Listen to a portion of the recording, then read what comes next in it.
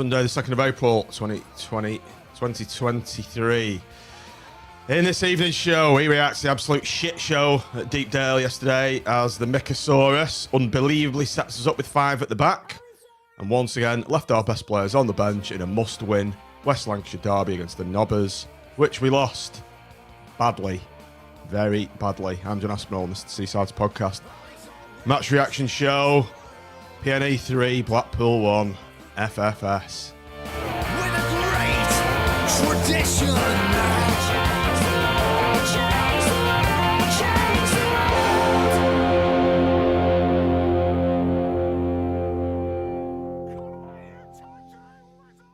Good evening, everybody, on a very glum and sombre Sunday. I'm sure you've all had your Christmas dinner, Sunday dinners, and you're jaded on the sofa or on the chairs. Raggy and Tim on mute just after what we've witnessed yesterday. Certainly wasn't anything to brighten your Sunday, Tim, was it? Absolutely dire. We all thought it couldn't get any worse after last year, but the Mycosaurus completely outdid Critchley. The Deepdale dinosaur, as I now call him.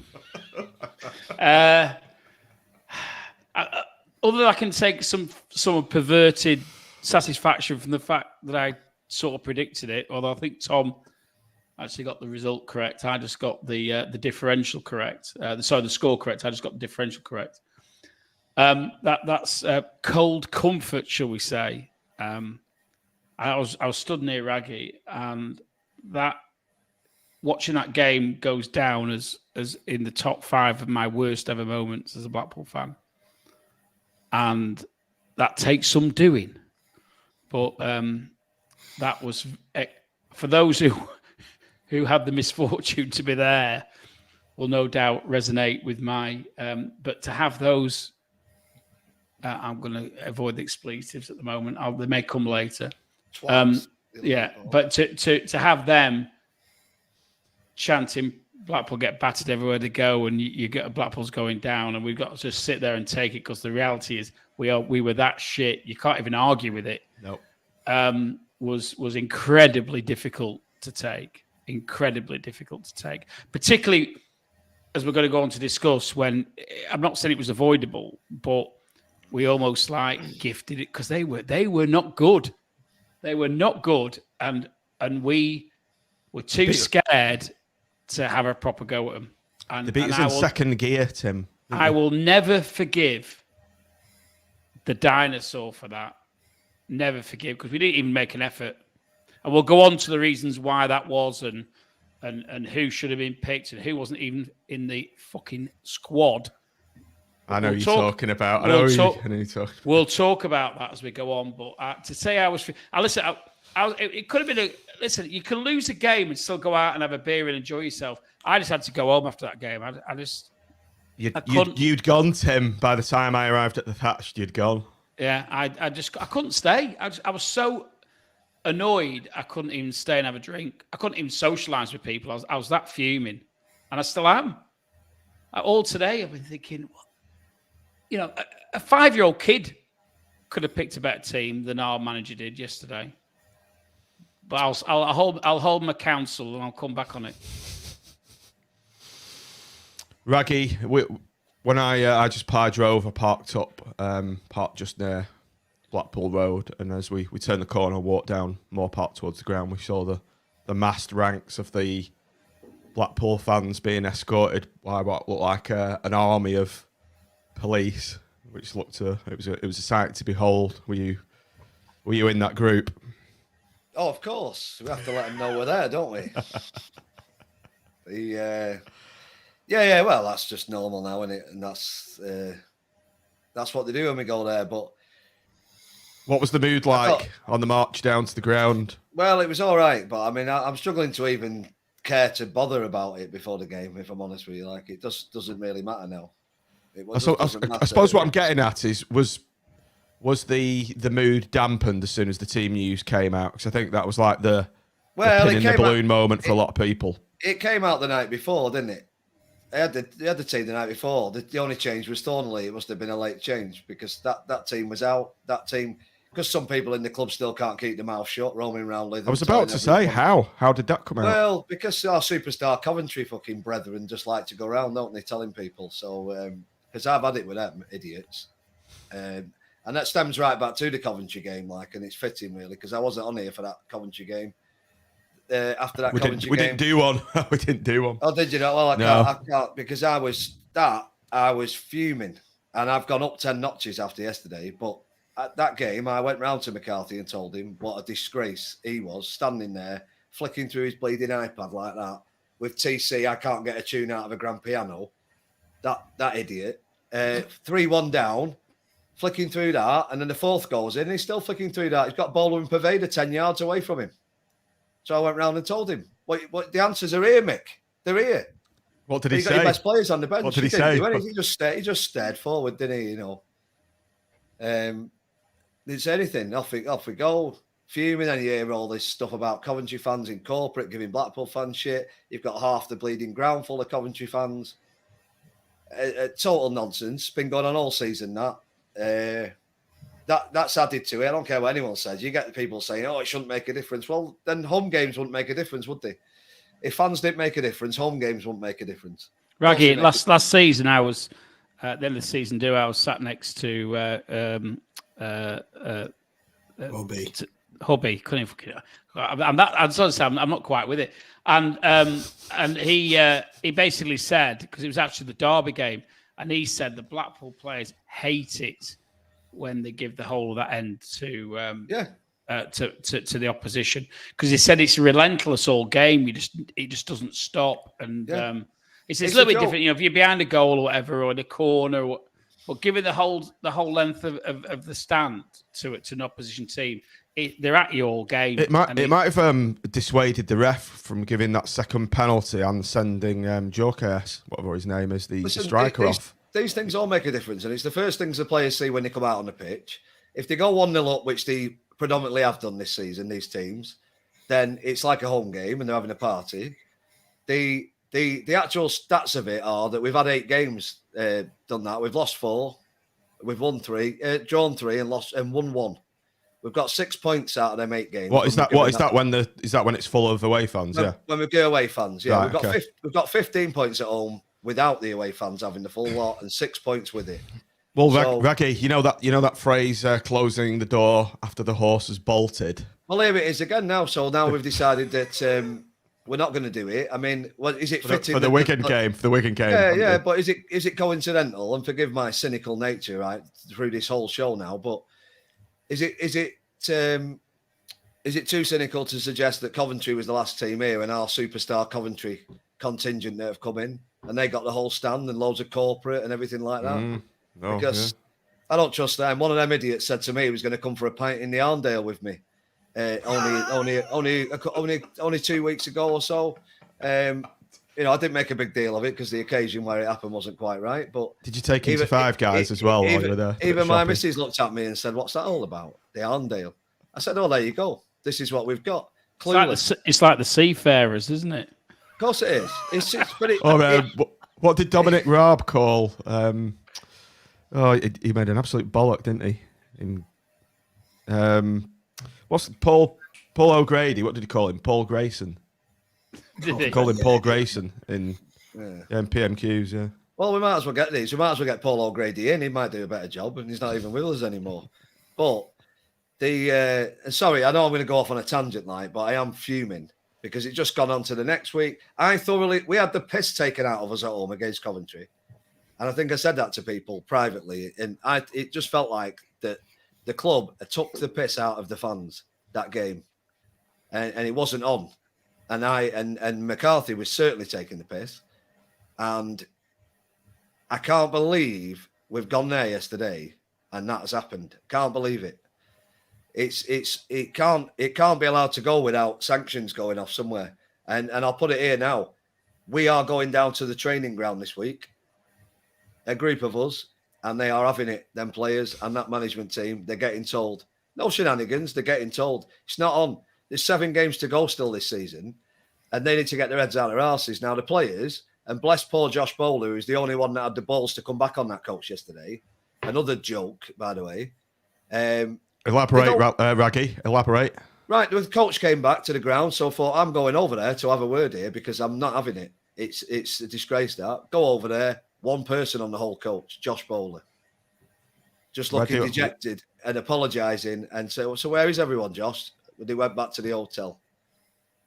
So this is our big derby game, our biggest game of the season, effectively a cup final in its nature, the fact that we need to win and start getting some points on. And they don't travel together. They don't come back together. They're not together. And, you know, they met up at the Marriott Hotel whenever, Friday, Saturday. But I know one of the players was having his breakfast in the Dunes Cafe on Saturday morning. So it's nonsense, the whole thing. So they're not playing like they're a team, are they? It's that kind of... But no one's got a grip of it. McCarthy's useless. Appleton was useless. But whoever the bosses are, we know who the bosses are, the board, what are they doing? Because you wouldn't accept it. You wouldn't accept it if your employees doing that. You'd be questioning, hang on a minute, what's going on here? It's almost as if they don't actually know what should be happening. You know what I mean? It's like that they don't actually, between them.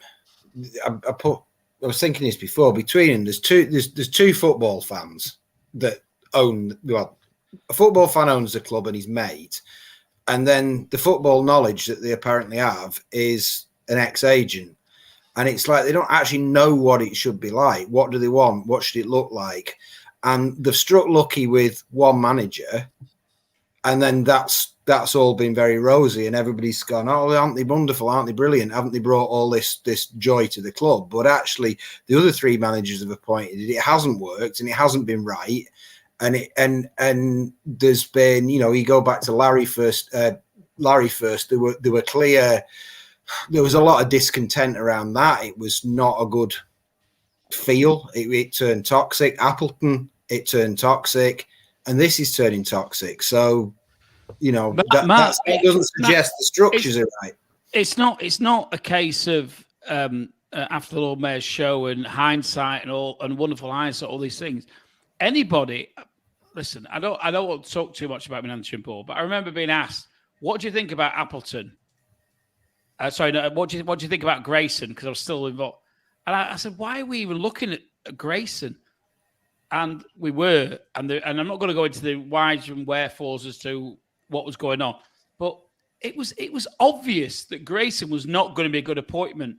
It was obvious Appleton was not going to be a good appointment. And it's pretty obvious that McCarthy wasn't going to be a good appointment. Now, we've tried to be positive on it. But the reality is, it's slim pickings, isn't it? With all of them, and we've had the recruitment has been absolutely. I was going to say it's poor. I was going to swear that, but it's obvious. It's there before you even appoint them.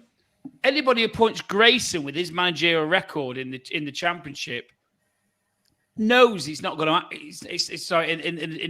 I think the argument was because he was in League One with it. So the argument was in League One, he did it in League One. But the reality is we're going back. How many times does going back work? It doesn't.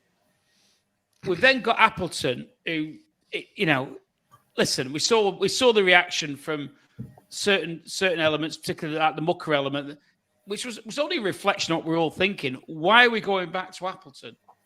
So he's struggling before he even starts. And listen, we had a little bit of a golden patch up to the end of October, and and we were reasonably positive. But the reality is, he was always on a hiding to nothing.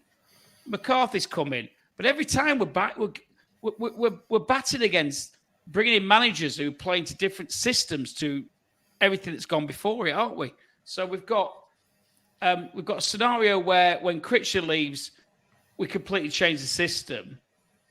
And we bring somebody who's committed to 4-3-3, which doesn't fit the players we've got. We then bring the players in, or some of the players in, which will actually help the system. And then we bring in another manager in who isn't going to play that system. And it's just like your head ends up hurting, because you can see how obvious it is, and yet we keep seeming to make the same mistakes and the same mistakes and the same mistakes, and it's incredibly frustrating. This has happened for 12. Go on. Sorry, Raggy, we go. It's gone on for 12 games now. We've conceded 20 goals and scored 13. and 6 of them that we scored were in one game. So Mr. Super McCarthy and he's like, I'll hold out and we'll get a defensive nil. It's just rubbish. We effectively got to score 3 goals if we want to win a game. The way it's going, it's just. I can't even find the words for it. I feel like wading into him all. Like I said to you before, he wants an horse's head on his pillow. I've a good mind to phone some people back home in Naples there and get them over here because they sent us there yesterday like Muppets, taking Lambs us for to the slaughter, weren't we? Excuse the lamb pun. If there's one fan base, I've said this to you guys, but if there's one fan base that doesn't deserve to ever have the piss taken out of it again, it's this one. And also, if any of them think that we as a fan base are mugs, then they don't know the history, because we're certainly not that, and we won't be having it. And I think the fact that they don't know the fan base tells you all you need to know about the demics that they brought in, because I'm not having this Coventry. I'm sick of it. I've started hating Coventry. Because what do they think they are? It's like this lunatic walked around the club telling me that we're punching above our weight, then thinks can call it the Arndale Club because he thinks Blackpool are nothing. He thinks Blackpool are smaller than Coventry, and it shouldn't be allowed to happen. And I blame Simon Sadler and I blame Brett Geraghty for allowing it to happen, because I'm a Blackpool fan and I wanted to throw him out of the bleeding club, the Armfield Club, never mind the football club. You shouldn't be coming in there with things like that, saying things like that. They should know exactly what they're on about, but they don't. They've come here as a stepping stone, as if it's a nothing. Oh, it's only little Blackpool. It's all right. Well, no. So they'll see little Blackpool this week, because the players aren't getting away with it either, by the way, because albeit they're set up to fail, and I'm sure they're absolutely pissed off trying to play them systems. They weren't trying yesterday. No. That's 2 games now, right? 2 seasons running, and it took no yellow cards in the first game until the 76th minute yesterday to get a yellow card in a derby match at Deepdale. That says it all. We've got players falling over balls, slicing it, one player just hoofing it down the wing 15 times and thinking that's acceptable. CJ Hamilton, just set him off on the beach and earn a few quid off him carrying kids around, because that's about what his level is now. And Raggy, as much as we all bloody hate him, Brad Potts, what was his approach? Because he sent Ubby into the bloody stand, didn't he, at one point? Straight away. And if last season's game, go back and watch it, after 10 seconds of that game, that's exactly what he did to him again. Flew into him and got a yellow card in the first 10 seconds last season. Did exactly the same thing. And he's an average player that looks like a bleeding jippo, but he's bang up for it. And he gets their team going and sets the tone. He's ended up hating us lot, hasn't he? And for whatever reason, and he basically took the oyster coin, didn't he? And so he's not particularly liked here anyway. But the reality of the situation is he actually knows what the derby means. Yeah, and gets them at it. Sets the tone. They all do. They set the tone. Golding everyone, getting them at it. But that's what you've got to do. We've got a team of shithouses, but there's a team in there though. We know there's better players in there. Some of them players, and particularly the ones that didn't even start the game yesterday, would get in most of the championship teams. I mean, look at that yesterday. If Thornley had played, we'd have effectively not played Gabriel, not played Paveda, not played Bowler, not played Patino, and told Fiorini just to go home. He's all right today. We don't need you.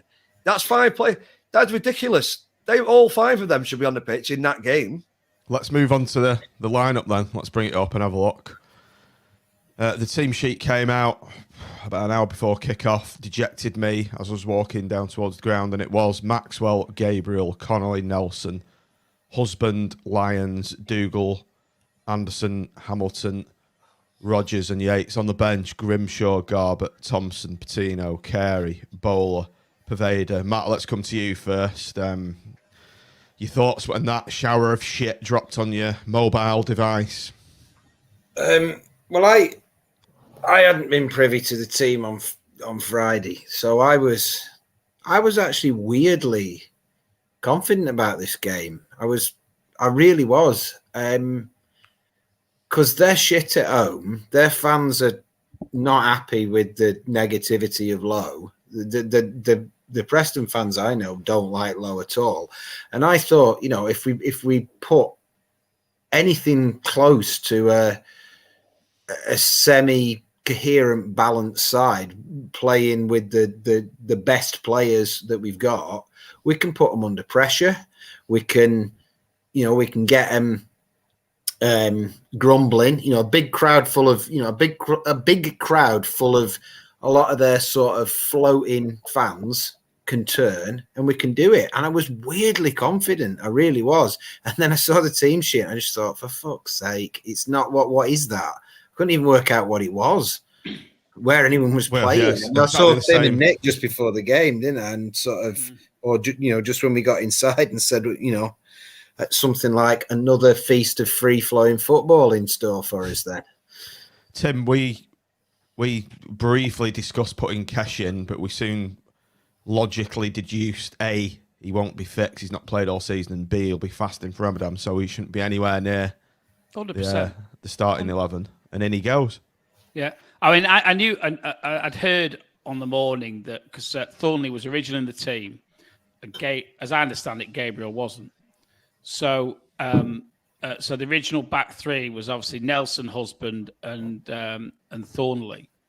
Now, when I knew he'd dropped out and I saw the team, I naturally thought that Connolly was dropping.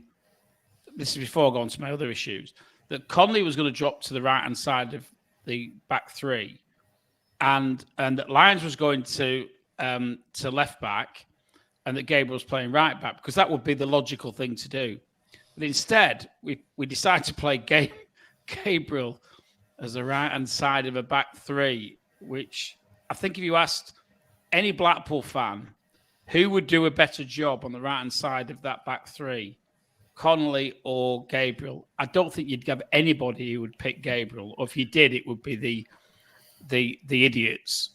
But in what world do you have a back three when we've only got one centre half? Yeah, well, but if you're going to do the back three, at least play somebody back there who's played in the back three before, which Connolly has done.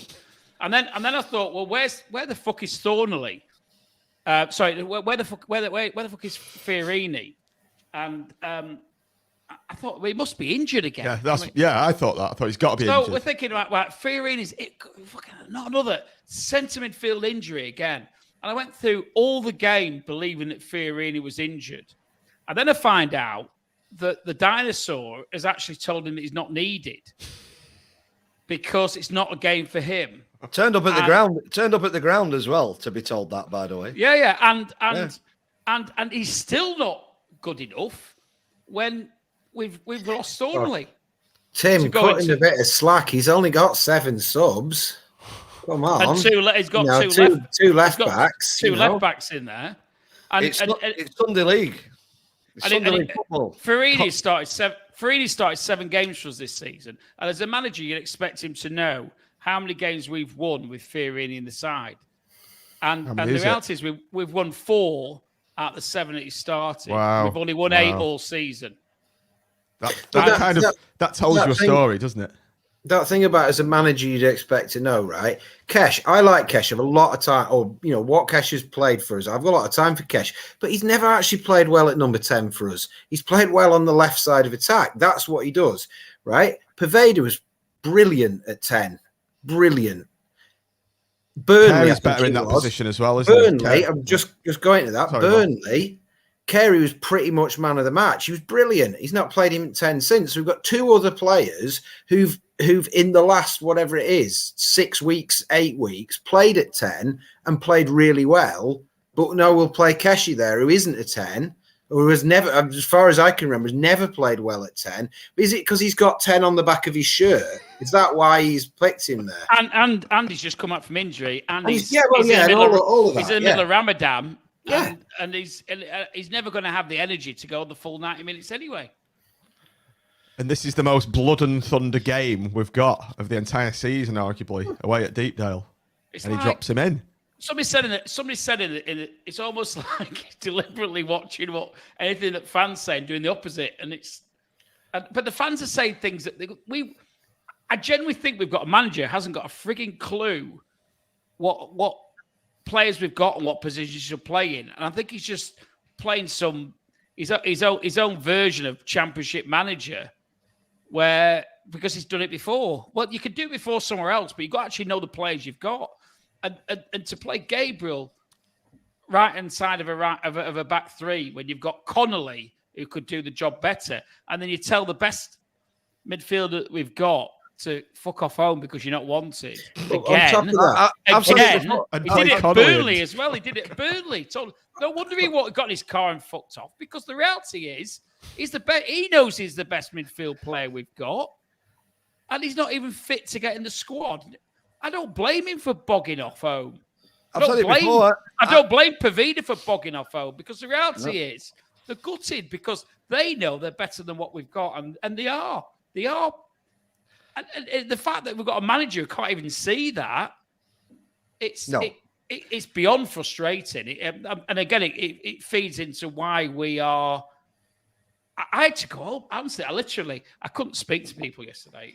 The whole point of playing Gabriel is to put Connolly in midfield. I can forgive that because Connolly wins the ball for other players. But what is the point in then doing that if he's winning the ball for Kenny Dougal, and then you're leaving? Yeah, exactly. You leave Fiorini Patino. It's like that defeats the you've switched it around to put a ball winner in there, but you've not put a footballer next to the ball winner. So what's the point? And if Kenny was on top of his game, I might forgive him. But he had the worst. He literally had the worst game I've ever seen Kenny Dougal had last week or 2 weeks ago. Is that the two worst games in a row? I'm a Kenny fanboy. I've been in that. You've never said. But the reality is, he was awful 2 weeks ago. Awful. Listen, the guy's clueless. I've said it before. He basically, if all them lot had a fight, them 11 would win the fight on the pitch, having a scrap. So he's put them in. He's trying to just put anyone in there that's got anything about him in terms of physical presence. Clueless tactically. No idea what players we've got. Needs to go now. There's 7 games to go. Yep. There's 7 games to go, and anyone that could just get a rocket up them players' arse or actually make them feel like they're valued and they want to win and we need them here and they are a good team, because I don't care what anyone says. They can beat anyone, the right team. That squad, that team that can be put out there can beat anybody. And all's not lost yet, albeit absolutely walked out. I was on the train before the final whistle went, by the way, yesterday. So that's how much they'd done my head in. I thought I better go because I might have got myself in a bit of bother. You had a few veins on towards the back of your neck which were bulging. Yeah, I know. I was not happy at all with any of it, but I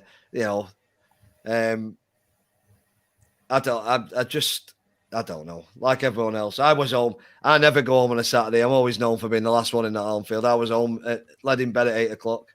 Gone. I can't be listening to everyone. Some people seem to get over it a bit quick for my liking. I can't. I'm just fuming all night, so I have to go. Well, I got back to the thatch. I've got a pint in. And it was only the third one of the whole day because it was a nightmare in the Weatherspoons in Polton where we'd gone first thing because it was too busy. One in the ground and then one when I got... And I literally looked at it. I nearly didn't finish it. I ended up finishing it and they were going, we're staying out. And I just walked home. I walked home and I was just like, ended up like sat on the couch watching some crap film. Yeah. You went because you heard I was coming, really, didn't you? Well, I did hear that as well, John, to be fair. But no, the reality was I was not in the mood to socialise with anybody. No, I didn't want to talk about the game. I didn't want to talk about anything else. I was absolutely spitting feathers. I was fuming. No, same here. Whilst the players drive off home in their own cars and go and do whatever they want for the weekend, which is nonsense. I know we mentioned it before. Like these have got to be going on the same coach. These players, they've got to be. They're supposed to be a team.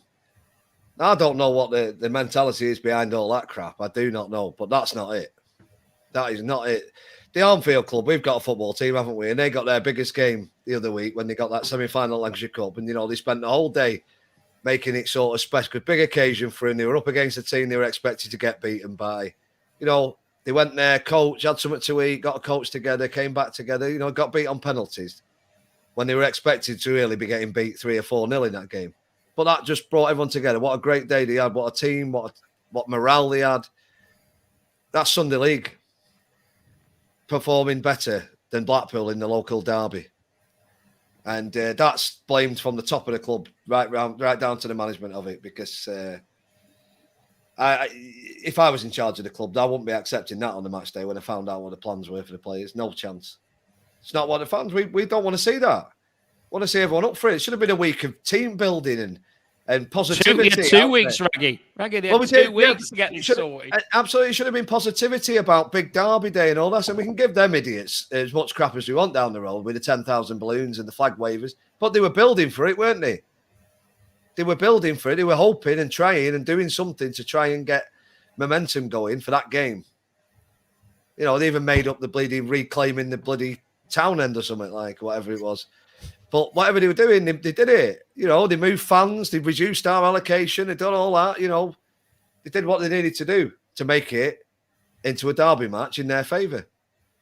But we don't. We rock up there, do what you want, lads. Come in, get an egg butty, and then you're on the pitch. Fiorini, you go home, mate. There's no need for you. Don't cash yet an egg butty. Keshy, you don't eat, mate. You just drink a bit of water there and don't warm up too much, because we don't want you have no energy when the game starts. But this is it. It's nonsense. It's nonsense. Professional football club. Championship professional football club. One of the most famous ones in the country, even across the bleeding world. And we treat it, some people treat it like it's just a second-rate tin pot outfit, and some accept it. Well, I ain't. No chance. And they've got to be told, I don't care which players are staying here next season, all this, they need telling, and they'll be told this week the importance and what people have done. And see, everyone forgets though as well, you see, everyone that's listening to this now and everyone that will listen to it, this fan base, all of you and all of us, fought with more than just a bit of effort to save that football club. And when you see that lack of effort, lack of trying, lack of putting the right things in place, lack of preparation, unacceptable. No chance. It can't be allowed, shouldn't be allowed, can't be forgiven. You're right when you say the top 5 moments of worst moments as a Blackpool fan, you know, and 4 of them came with the Oystons fighting them. This is the next one.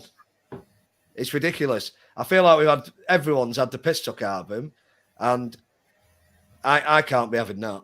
So it doesn't sit well with me or many others. So they're going to need to sort something out. But someone needs to rile that team and get it ready and get it motivated and get rid of that dinosaur. Because if he's still here in the morning at this club then I'm afraid the board are accepting and even want us to go down.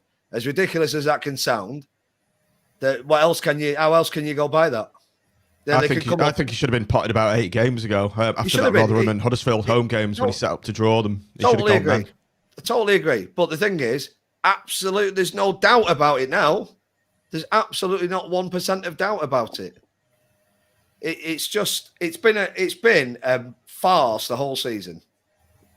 We've had this rant, haven't we, about Bleeding Appleton because it was the same crap, but left to go too long again. Left to go too long.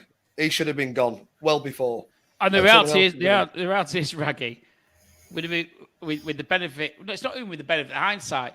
As against bringing in McCarthy, would have been better leaving him in place because at least he knew the team. I just get the impression McCarthy doesn't actually know what our players' attributes are. Because any of us could have told him, don't play bowler in central midfield. Yeah, don't play Jordan Gable on the right back of a 3 because he's not got the strength for it. Don't play CJ as a left wing back. Don't play Keshu. Don't start Keshu when he's fasting. Yeah, we're starving. Listen, and if Dougal, if it's not happening with Dougal, don't play Dougal and Conley in midfield together. You've got two central midfield players who work together, which is Coutinho and Fiorini. Try playing them a bit more often. It's not rocket science, is it? I mean, no. John manages at junior football. I've managed at junior football. You're involved in the Armfield. You pick your best players in the best positions. That's what you do. We as football fans can pick probably 9 or 10 of the best players at any one time and put a team out. Mick McCarthy seems to be like trying to do the opposite. It's like, but the narrative as well is always that from not just what Raggy said before, the Coventry lads, it's an underlying narrative of a lot of what we've been told in the last 2.5 years is, yeah, but we're poor, you know, we're skint. But okay, well, that's the reality is we are. But don't piss away the money that you spend then, because we've brought in Premier League loans that we don't use. We've brought a player back on probably a lot of money from Forest, who was class before he went, to presumably play one way. We don't play him. We've got our best keeper sat on the bench, losing value by the week. Probably one of our best assets if we want to, you know, we want to sell. So yeah, we don't have a big budget, but we certainly aren't using that budget well. And that doesn't come down to McCarthy, and that doesn't come down to Appleton. That comes down to things higher up and a lack of actual nous tactics and thinking. Because where is the Blackpool way? Because that's what we were told, the Blackpool way, the Blackpool play. Where is all that? It doesn't exist. We've bounced from one thing to another thing to another thing. And yeah, we can get pissed off at players. But to be honest, if I was at work and what I was being told to do changed about every 6 minutes, then you'd get pissed off, you'd get disaffected, you'd lose your confidence. And that's that. Where we are now is not just about being mismanaged by I've forgotten who's our manager, McCarthy or Appleton. It's about a lack of identity, a lack of coherence in what we've done, and the choices that have been made. And how I'd like to know how the choices are made, who they're made by, and what the process is in making the choices, because I don't think they're the choices that any of us would have made round the table, or anybody looking at objectively round the table would have made. Well, that superstar sporting director, the Coventry hero, he's a mate of McCarthy's, so that's exactly where McCarthy came from. But and the Barnsley Mafia connection. I don't know. I mean, I know I'm livid and I'm fuming, and I've heard on the grapevine that Mansfield didn't want McCarthy, so whether they've into live have a top club, right? A top club. Teams like, say, I read about Liverpool overcoming their financial disadvantage against the Arab states and all that. I read about Napoli overcoming their financial disadvantage against other teams in Serie A and so on, a German team. And what you do is you make decisions based on objective principles, based on data, based on looking at the whole of the market. You don't make your decisions based on who such and such a body fancies, or who such and such a body knows, or who's available at the time. You make that's the process you have to have. And all right, we're not Liverpool, Napoli, or whatever, that Dortmund, but we've got to have that kind of setup. We've got to have that kind of those kind of principles where we know who we are, we know what we want, and then we work our collective arses off to go and find those people who will do that on the basis that they're the best, not that they're somebody that somebody has worked with before, or somebody that somebody's heard that is free, or somebody that plugs that gap at that time, because that's not good enough, because you're just going to end up with a shambles. You're going to end up with complete mismatches like we've got now. I actually, to be honest, as a human being, I find Mick McCarthy quite engaging. I don't have a problem with him as a person, but who thought he would fit our squad? What is that? We're the littlest, lightweightest team that have walked the earth. Preston look massive compared to us. Massive. And then he's trying to set up like for like with a bunch of midgets compared to them. It was never going to work. It was never going to happen. And everybody knew. I've done my best to pretend it's going to work, but it isn't, is it? And everybody knew that from day one. Like Tim's reaction when you were on Radio Lanks told the entire story. When they said, "What do you think of Mick McCarthy?" And you sort of went, I'd rather not say. And that is how everybody reacted, because we thought, what? Him? What? With that squad? You're joking. Speaking of this is it though, with the strategy that you're talking about that they need to adopt in looking at all the data and that. They look at nothing. They look at nothing. They never looked at Appleton's results and saw it coming. They haven't looked at what the fact of giving away fans to all that Easter's done to the team. They haven't looked at what Fiorini's contribution has done to the team. So these superstars, I think they're selling Simon Sadler down the river. That's what I think. They've come here to feed off our club as a stepping stone, and they're taking the piss. Now, I'm a very clever man, Simon Sadler, but I don't care if he's watching this. Look around at these idiots, because they're not looking at Blackpool. They're not looking after Blackpool Football Club. It's a joke. Joke that goes for some of the board, some of the players, the management. They're just doing him a disservice. He doesn't deserve it for everything he's doing and done and what he's put into this club. But for some reason, it's been allowed to go, allowed to carry on. And them last two for me, that Coventry was enough. And if, probably the 2-week break just about calmed me down ready for yesterday. And then boom. I don't know. They could all go for me. We'll stick the Armfield club on the pitch against freaking Cardiff. They give it a go. More fight. See more fight. And I'll tell you what, the best players are playing the right positions. That's for certain. Listen, all four of us here could pick a better team. Any fan club, anyone. Than McCarthy. And every single one of us games, anybody could get in that dressing room and give a better team talk than they must have received to come out the way that they played in that game. That's it. The motivation. This is it. They've not got any of it. No one's got the passion. With two Blackpool fans that own the club who are probably not getting involved so much in that side. No one's got the passion about this club to sell it, to show it, to tell it how it is, to not accept any talk down of what the size of our club. I don't care that we haven't got millions. You've got to be the greatest sum of your parts. We've got loads. Look at Luton, Raggy. Look at Luton. Exactly. Listen, there's loads of it. We've done it before. Brentford, in the face. Brentford. We've done it. But we've done it. Blackpool have done it. We've done it before. We've got to the Premier League under all sorts of weird circumstances. But we got there because guess what? They all just believed at the right time. And everyone just got behind it. And the ethos of those clubs who do that is that everybody, from the tea lady to the manager to every single person, has to be on it all the time because that's how you do it. Yeah. And we're not, are we? We're not. There's just so many things for, I'd say, 15 months where you just go, it just don't make sense. Let's move on to the game then. We go for 43 minutes. This has got to be a record, hasn't it? 43-minute rant. Just pass the game off. It's crap. Take a big deeper breath.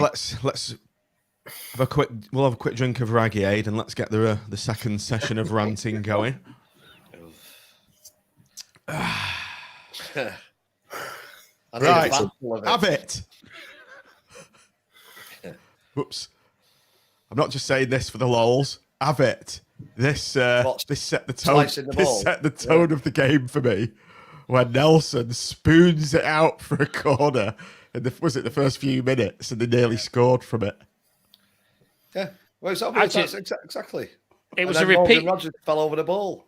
I don't think I've seen as many mishit, tempted clearances in any game that I can ever remember. It was like it was like watching the Chuckle Brothers play. Yeah.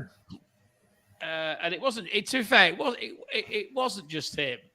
It was but the ill-prepared team, players playing out of position. That's what causes it. Yeah. Not up for it, not focused.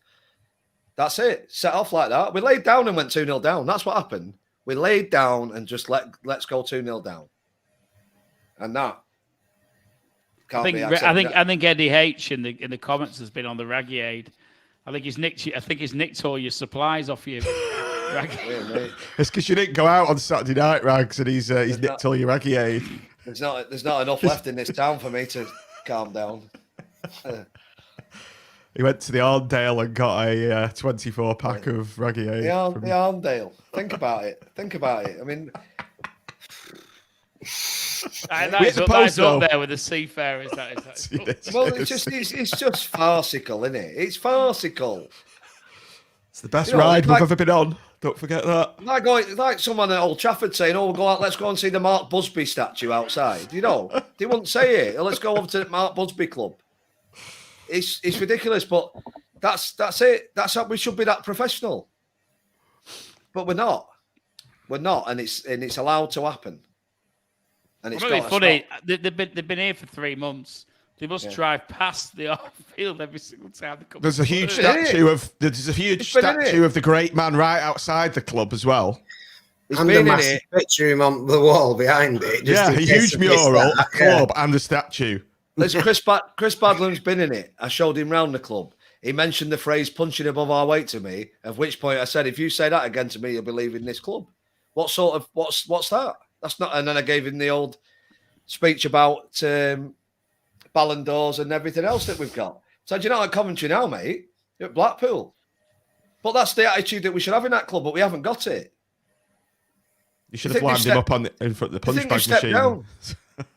There's two of them. There's another one in there. I don't even know the name of the bleeding guy, but I think they think they've stepped down a level to come to Blackpool. Well, the whole away fans thing as well, Max, of that, doesn't it? Because the whole strategy has been about how we're going to fill the away stand for 30 quid because we couldn't possibly fill it with Blackpool fans. You know, it's that speaks of the view of the potential of the town, the potential of the ground. I've got a view of that. It's penny wise, pound foolish, taking that extra, I don't know, 50 grand, whatever you get. But I was reading some stats on the EFL TV rights money distribution. Championship clubs get 80%. It goes to 12% in League One, 8% in League Two. They're going to take a huge hit. They are going to take an absolutely huge hit when we go down. And you know, if they hadn't sold those two stands, who knows? We might have had the. Well, it's eight games, right? It's 8 games, giving an extra 1,500 tickets away at £30.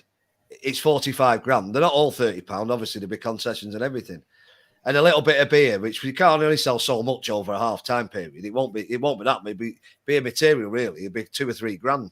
But you know, let's call it 35 grand 8 times. I mean, what's that? 240, 280 grand for the season. Probably paid for his not to play Josh Bowler. So, you know. Yeah, 280 grand over the season. And as I'd guess, that's probably half of Gary Madine's wage for the season or something like that. But is that really needed? You don't mind if the season's dead and gone. You don't mind. I do mind anyway. I don't think we deserve it. We don't deserve to have our faces rubbed in it at this club. Certainly not at Bloomfield Road. We don't deserve it.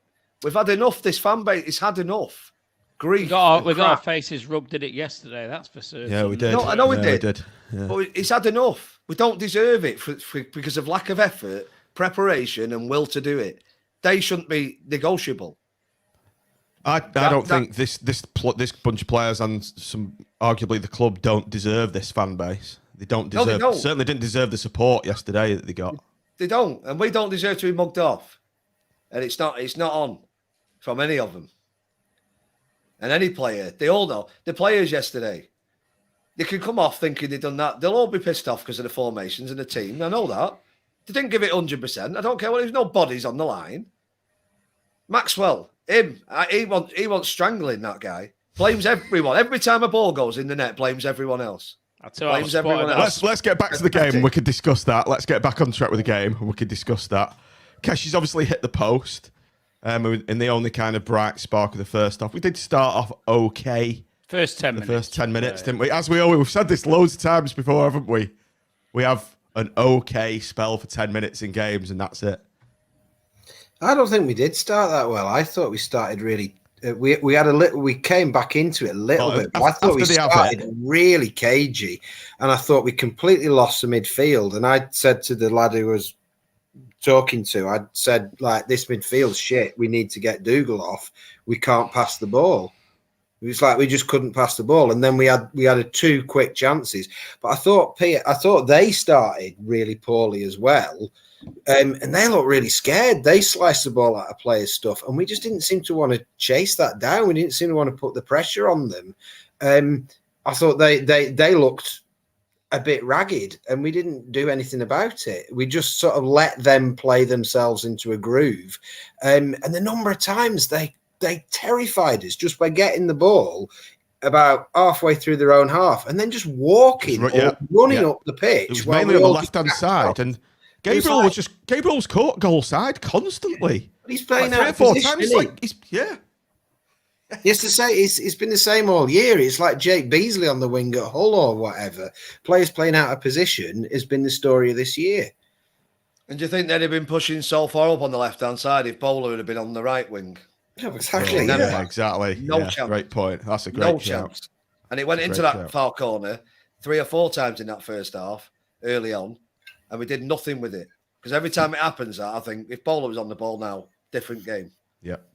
And then you see that moment where Jerry tackled back, won the ball, and then sort of span round, and he got a bit of stick off people near me, but I felt sorry for him because he knocked the ball up, and nobody at all filled in for him. Nobody had gone because he's obviously not there because he's got the ball at right back. That's where CJ should have been. He just went down the left channel, didn't he? Fills in the position. Yeah. And he put it to where somebody should be, and a few people around me go, "Fucking hell, Jerry, you fucking shit bastard," or something. Oh my like God. That's a complete lack of team.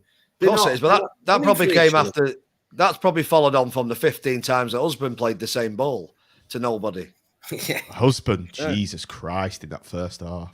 The reality is Preston were very good, but they were doing the basics right. They were passing the ball to feet, finding men in midfield, and we didn't seem to be able to cope with the basics of them playing a game of football. It was almost they put their best players in the right positions. There's a surprise, Raggy. Imagine doing that. You knew what they That's a crazy, wild managerial tactic you've unearthed. Bonkers. The fundamental difference between us and them was they were able to start on one side of the pitch, work across the other side of the pitch, whereas we just went in straight lines. It was like somebody get it and either boot it up the line or run up the line. There was no angles being played at all. There was no switches attempted. At one point, again, Jerry tried it at one point and it ended up spooning out of play. But it was like remarkable because we'd actually tried to switch the angle of play. It was so basic. With no midfield to pass the ball, though, had we? Yeah, no one in the midfield to pass. Yeah. Well, let's talk about the Potts goal then. Oh, do we have to? I've already written the fucking blog on this. I don't want to tell us what it's a great blog, by the way. Mate, just tell us what you put in your blog about that goal. I said we were shit. Pot scored because, of course, it was fucking him. And then that was all I wrote because I don't want to go through it again. No, did you say the highlight? Did you say the highlight of the game was somebody spitting on the back of your head or something? Well, that was later.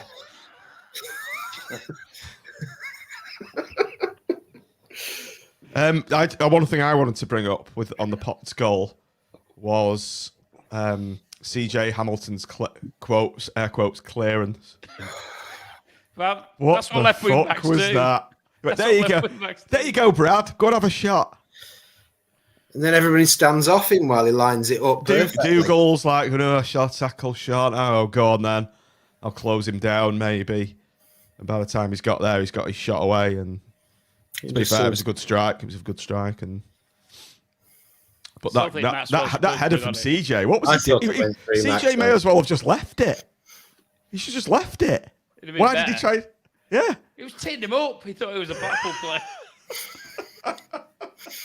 but in all seriousness, when you're playing CJ as a left wing back, that's what you get, isn't it? You get clueless defending. Clueless defending. He was trying to get a throw in. That's what he was trying to do. Yeah. Oh, did anyone notice there was one of those shuttlecock throws in the game? I think it was Gabriel. It was Gabriel. Did you see it? No, we had a CJ one in the second. Oh no, Gabriel managed to Gabriel did behind him, didn't he? Gabriel did a shuttlecock. Yeah, he did. Yeah. I don't know. If it was after 3-0, I'd gone. I was on the train before the final whistle went. It was worse than a shuttlecock, to be fair.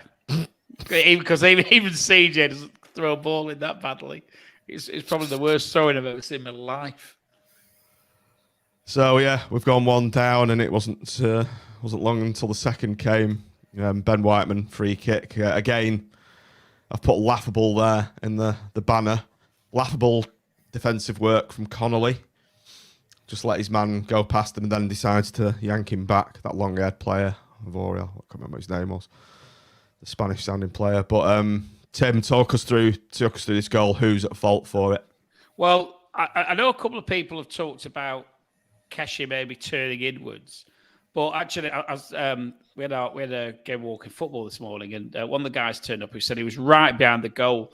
And he said all the Blackpool fans behind the goal were screaming at Maxwell that the wall wasn't lined up properly.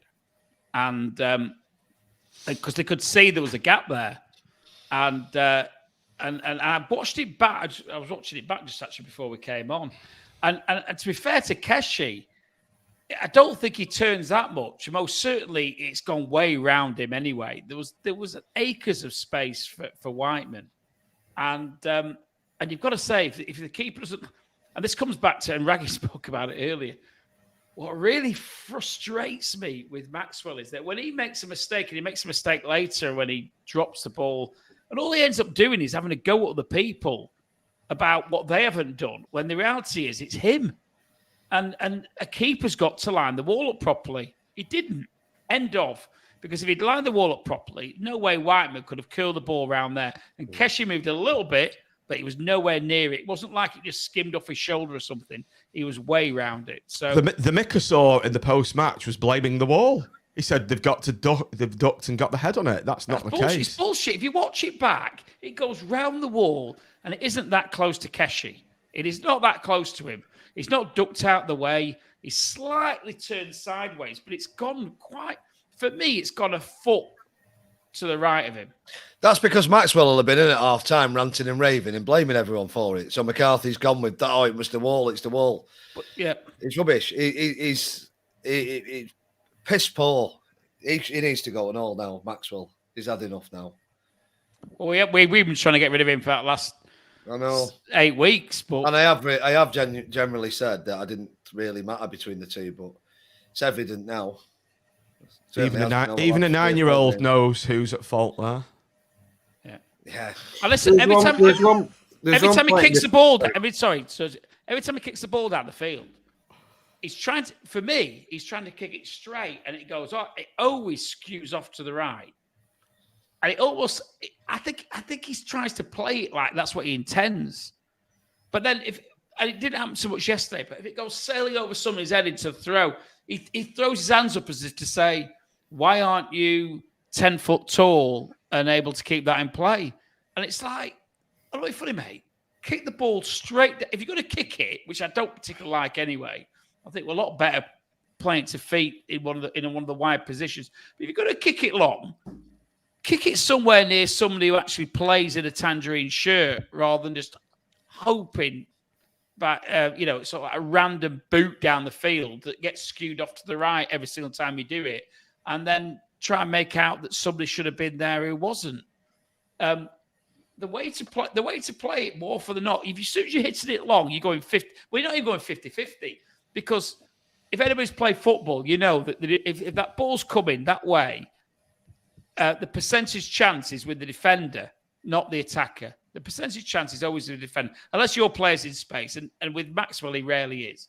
So we do a lot better when we play it out into the right and left back positions, or even into the centre back positions. I know Grimmy got into trouble a couple of times when he was playing to Dougal under pressure. But the reality is we were trying to play possession football. Maxwell's just like flipping a coin. And it's almost like it's a weighted coin against us every time he goes long, because it's the most destructive tactic you can ever play as a football team, is to go long, particularly when you've got the team that we've got. We're not exactly got big players who can win a ball. We used to play diagonals with players who could actually head a ball under Holloway, and there was a game plan to it because we were often playing for the second ball. But there's no system to it. It's just a boot-up field, a hopeful boot-up field. And generally diminutive forwards who are never going to win a header. Well, you might argue it with Medine that it's worthwhile doing, but we haven't got Medine there. What the fuck are we doing, hitting it right down the pitch? What are we doing? What's the game plan behind that? There's absolutely none whatsoever, and it winds me up to the extreme. It really does. Anyway, rant over. You couldn't tell. There's two things on him, right? Number one, he doesn't actually kick it that long. If you're going to play long, you've got to kick. You've got to get it dropping as far up the pitch as you can, because it causes chaos. Grimshaw to Medine was the most That was statistically the most successful pass by keepers last year because Correct. Grimmy puts his foot through it and gets it right up there. Grimmy's actually a really good long kicker. So the irony is we don't play Grimmy now. We're playing long. Now we're kicking it long because Grimmy fucked up a back pass in October or something, which is ridiculous. And the second thing, allegedly called Appleton a wanker, didn't he? But like we said before, like this is bullshit. This somebody's got a bad attitude thing. They're decent players, and Grimmy's not a bad lad. I've stood behind him at a game. He's a nice lad. He was talking to all the fans. I'm not having that he is some kind of septic disruptive force. He's just he's a quiet lad with a beard. Do you not think with well, actually what's happened when McCarthy's come in? He's just stuck with. He's thinking, right? Well, Maxwell's the more experienced, and Appleton's preferred him, because Grimmy's called him a wanker, which was probably justified. And so he's just stuck with. Well, he's the captain. He's the team captain. Maybe he has, but. Like yesterday, there was one ball came through, and the crowd reacted to it 2 seconds before Maxwell did. It was like, going out for it. And what about 2 seconds later, he went through for it. You know, it's like, are you watching? Do you remember? So he's at fault for the goal, obviously, but was it like 10 minutes later when that corner comes in? We call him Flapswell. We got that off Tom, didn't we, the PNE fan? We can completely understand that name. Because remember, he just got half a punch on it, fell in a heap on the floor. And he almost created a chance for Preston. Fair enough, he got up and just tipped it over. But it was just another calamitous decision. I think he was blaming someone else after that as well. Yeah. It was 100% his error. Yeah, exactly. And you get that in, week out. It's always somebody else's fault. He always gets up after he's fucked up, and he ends up going and like shouting at everybody. And the reality is, he's messed up, and that's his automatic reaction is to blame someone else. And I cannot sit here and believe that we've got another keeper on the bench who's better than him, who hasn't had a sniff now for about 4 months. McCarthy has to go, Tim. He's got to go. You shouldn't be surprised. We don't put our best players on. It's not how we are. That's the Blackpool way. That's the new Blackpool way. That's it, Raggy. The Blackpool way is to play the best bench in the whole championship. Well, I walked out. No. Actually, Raggy, it's worse than that because we leave Ferrini off the bench. Yeah, send him home. He was one of the best players in the championship. Maybe that's what they're looking at. Look at the strength in depth we've got. We're sending players like Ferrini home. That's how good we've got. What are them pesky fans on about? They don't know what they're talking about. Well, how good was Stuart Morby? That's what I want to know. Well, he'll get sold for about 10 million in years to come. I'd love that. I'd love it if that happened. Love it. We won't sell it. We'll offload him on a free, and then the next club will sell him for 10 million. That's what'll happen. Yeah. I'd done one after about Coventry probably. Yeah. I'd left after 65 minutes. I can't watch this. I can't stand it. I saw you shaking your head as you went down the turnstile. I thought I'm not watching these. Not turnstile, I'm not watching these getting us. I just couldn't stand it. So it's the earliest I've ever walked out of a game, and I just put the radio on the way back, and they had the comms on. Scott's, what's his name?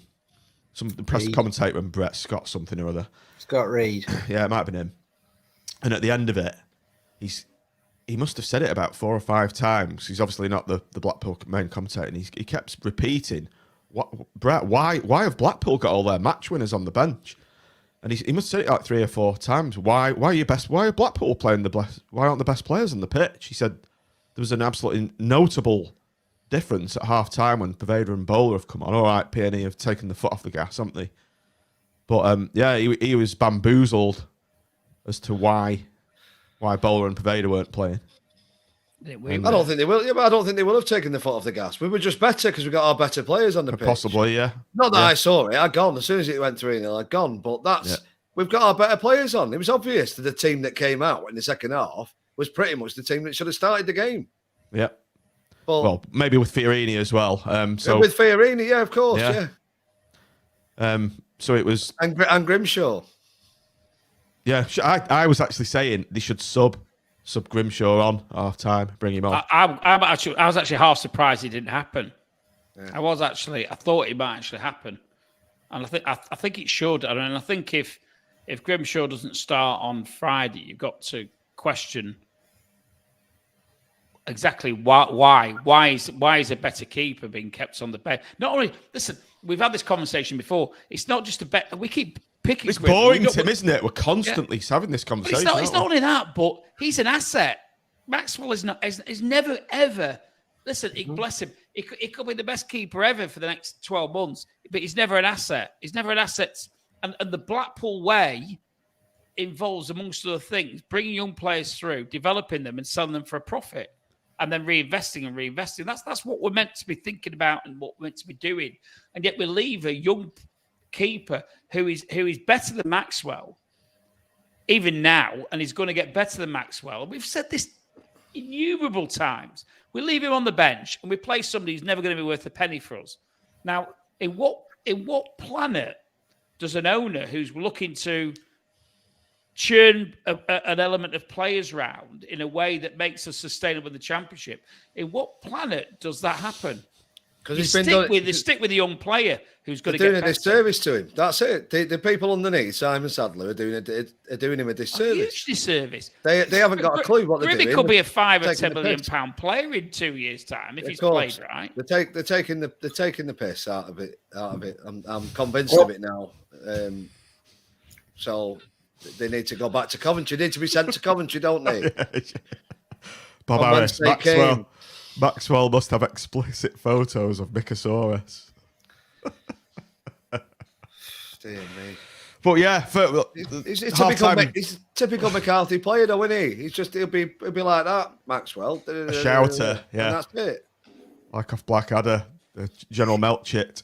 Shout, and shout again. Yeah. That was his tactic for winning a war. Shouting. Anyway, Mitch, half time, we've made those changes. We've come out on the front foot. Bowler showing immediately what he can do with that nice little dribble on the right-hand side. He got us all off our seats. Right, he's lost the ball.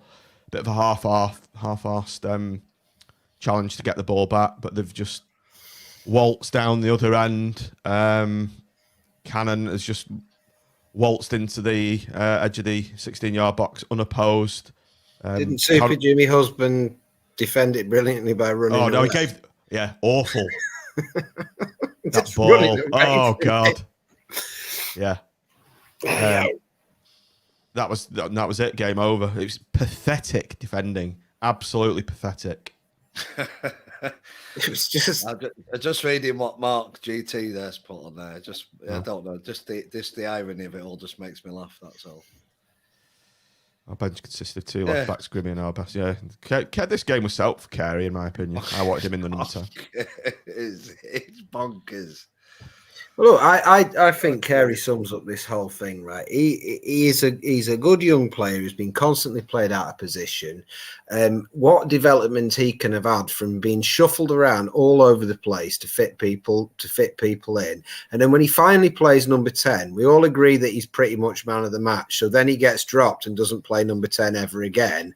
And then where does that leave him in terms of his confidence and development? It's the same with Grimshaw, good young keeper, makes a couple of mistakes, gets dumped. What are we doing? If we are going down, then we need these players to bounce back. But these players their confidence is gonna be shot, isn't it?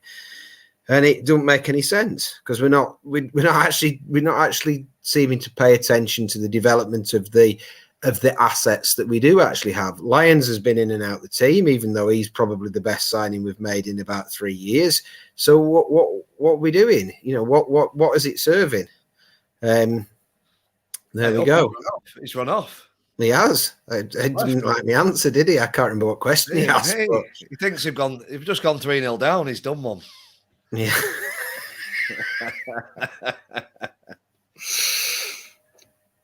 Oh, anyway, we did get a goal. We did get a goal back, a consolation. What was it in the 90th minute? Something like that. I was just getting on the train as it went in, so there you go. I didn't see it, and I've not watched any of it back, so you'll have to tell me about it. I think it was the most half-hearted celebration of a goal that I've ever seen in my life. It was kind of like everyone was, because I was still there. I never go me. How many were still there? It wasn't as empty as you'd think. I'd say it was about 40% had left by them. It hadn't completely emptied out. But it was just like we were just talking to each other and complaining. And then it was like, oh, we've scored. It fits with my theory that 60% of Blackpool fans need sectioning. There you go. What was that? What have I missed? We're just about how many fans stayed till the end. He said about 40% had gone. I said, well, it fits with my theory that 60% of Blackpool fans need sectioning. It's about right now if you look around. Well, I was on a coach, so I was slightly stuck because I couldn't really go anywhere. But I had to go down onto the concourse before that final whistle. Did they stop fans? Did they hold fans back? No, they didn't. No, they didn't. There was no one left. There was no one left to hold back. Well, I found it funny because when we went out at 3-0 and there was a good couple of hundred, like they had the big barriers across at the end of that alleyway sort of thing, gated off like they were going to stop. They had it prepared, ready to stop people. So that's nonsense what they say about they decide during the game and all that. They had it all prepared with gates. But they moved him. It was like a secure compound you'd see in Iraq, isn't it? Or Camp Freedom. Yeah. Ridiculous. I've never seen anything so. It was laughable. It's like a war zone against our human rights. So just lying bastards, aren't they? We'll have to bring that. Yeah. Actually, genuinely, I thought the policing yesterday was actually quite good. Generally. I know you had some issues, Raggy, with them pointing the cameras and where they were pointing at them. But I thought they policed it quite well. I thought they policed it. It was low key compared with the last game. I thought it was more low key. It was better prepared. I was on a coach, so from Polton, the coaches came in. We were like, they stopped all the traffic, got us through, got us off. There was no putting it bluntly pissing about. Well, I have to say, the Blackpool police, that are sort of match day spotters, as they call them, and things like that, are absolutely sound and always have been. The powers that be that decide the tactics that some of these people have to carry out is ridiculous. They got away with it slightly yesterday, the fact that I think 40% of people had gone and were back in Blackpool on the way to Blackpool before that game had even finished. So they didn't have that to contend with. But yeah, well, you stood near me, weren't you? We was getting a little bit irate with a few people. Some of the nonsense chanting that was going on, but in particular, because you get idiot coppers. That one who was just smiling and laughing, saying "calm down" and smiling and laughing. No, calm down. He just only got moved, didn't he? Well, that firework went off in the middle of them. That caused a few. So it gave me heart attack, and I was about 300 yards away from it. It sounded like a bomb. I thought a bomb had gone off or something. There was one guy went off who was like holding his foot. I don't think it hit his foot, so I don't know what's going on there. And then another one was holding his ear. But, just soft coppers, aren't they?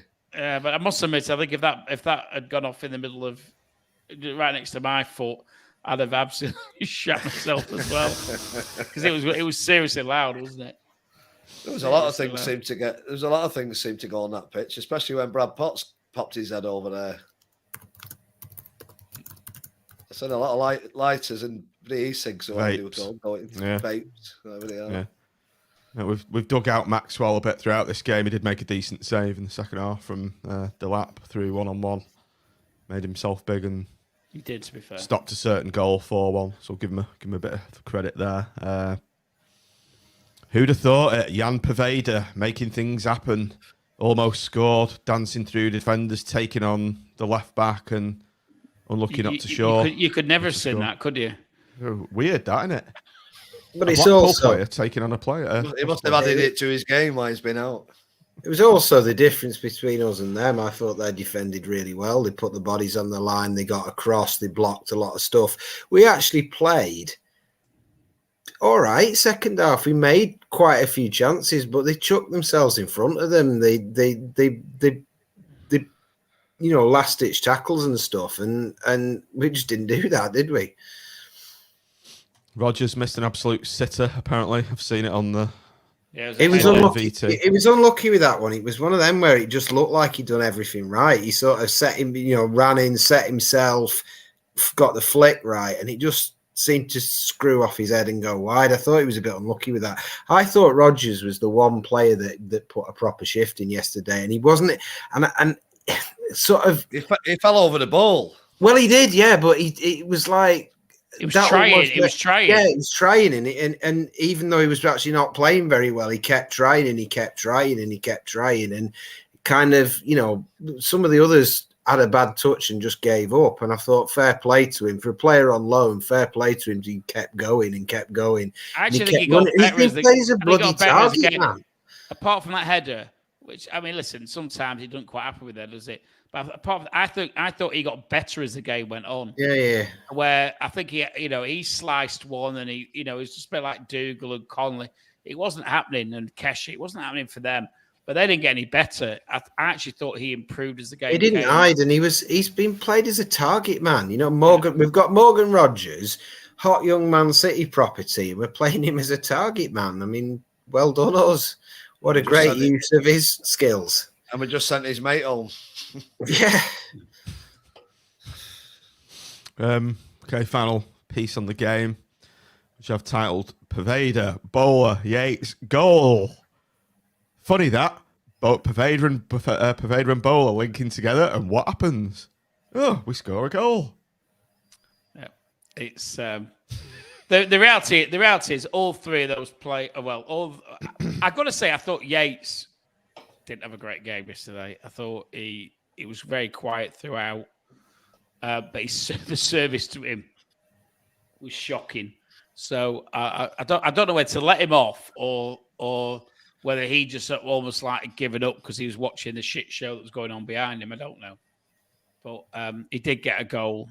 I think Pervader definitely. Bowler to a lesser degree tried to make things happen as they came on. I think Bowler was a little bit wasteful in possession sometimes. But I thought Pervader particularly looked like it meant something. And it's bizarre when you've got a lone player who looks like the one who's the most up for it amongst all the players you've got. That shouldn't be that shouldn't be. I thought the three of them were making a point because we did play better. I mean, I'm always stupid enough to stay till the end, me. And actually, there was, I wouldn't call it entertainment, but it was at least, what's the word? I can't think of the right word, but there was at least a sort of vague sense that with them three on the pitch, there was a slight possibility that we could do something.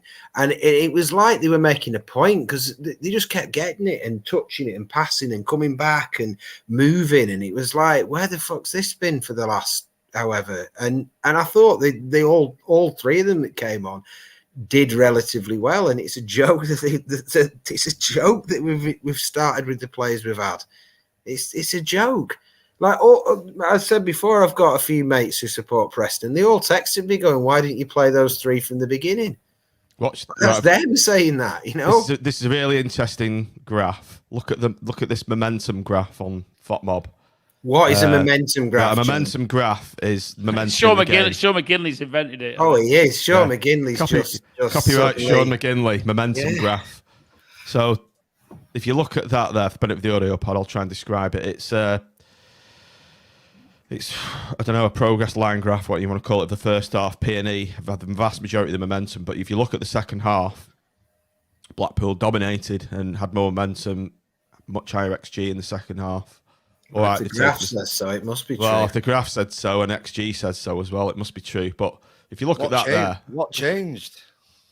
Best players, the best players in the right positions played in the second half.